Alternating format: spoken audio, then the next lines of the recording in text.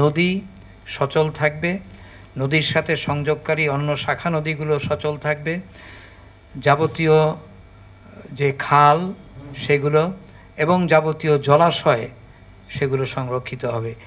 এই মূল কথাটা যদি একটা সূত্র ধরে আসা হতো তাহলে এটা বারবার, এমনকি সালমান শফি যেটা বললেন যে রিটেনশন পন্ড, এই 1996-এর যে plan DMDP, Dhaka Metropolitan Development Plan, Shawkat Ali Khan যেটার প্রধান ছিলেন পরিকল্পনাবিদ, সেইখানে ওই রিটেনশন পন্ডগুলোর কথা বলা আছে এবং ফ্লাড ফ্লো জোন ইত্যাদি আছে।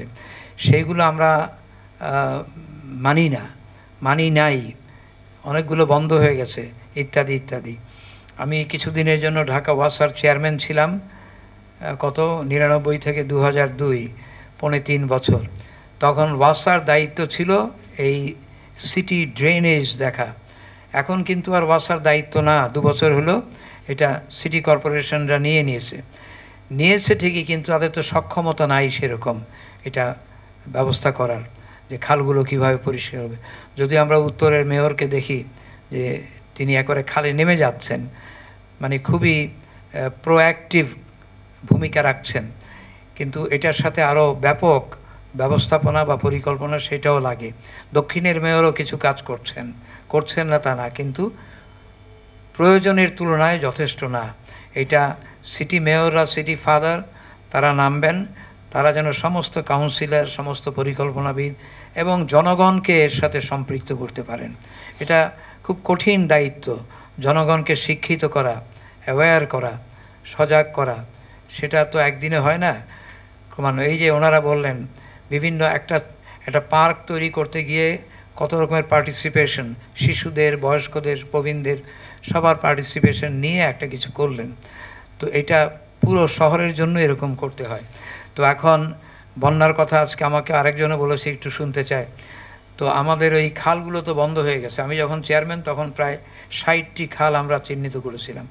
18টি খালকে পুনরুদ্ধার করা সম্ভব ছিল।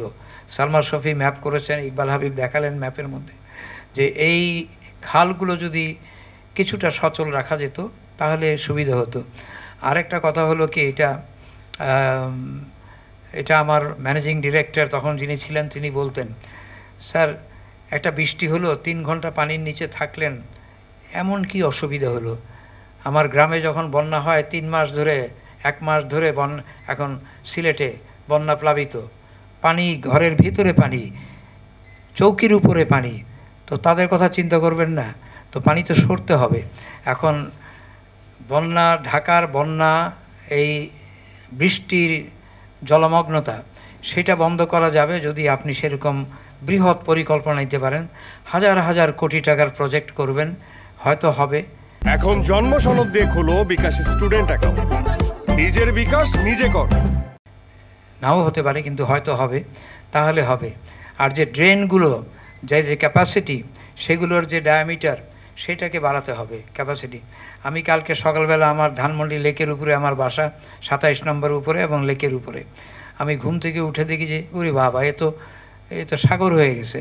আমি ছাদে উঠে দেখতে গেলাম, দেখি যে পুরো 27 নম্বর রোড এবং দূর থেকেই দেখা যায় যে প্রায় কোমর পানি পর্যন্ত।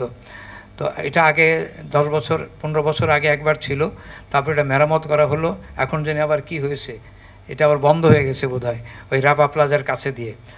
আমার লেকের ভিতরে যে পানি আসছে সেখানে ব্যবস্থা আছে, কালকে লেক একদম সম্পূর্ণ টুই টুই ভরা একেবারে। তো এখন এটা দেখি, আজকে আবার দেখি 3টা সিঁড়ি নেমে গেছে লেকের, ওই যে সাম্পান লেকের কী বলে রেস্টুরেন্টের, তার মানে পানি কমে যাচ্ছে। এখন 1 ঘন্টার পানিতে যদি 130 মিলিমিটার বৃষ্টি হয়, তাহলে তো মুশকিল আছে, পানি জমবেই।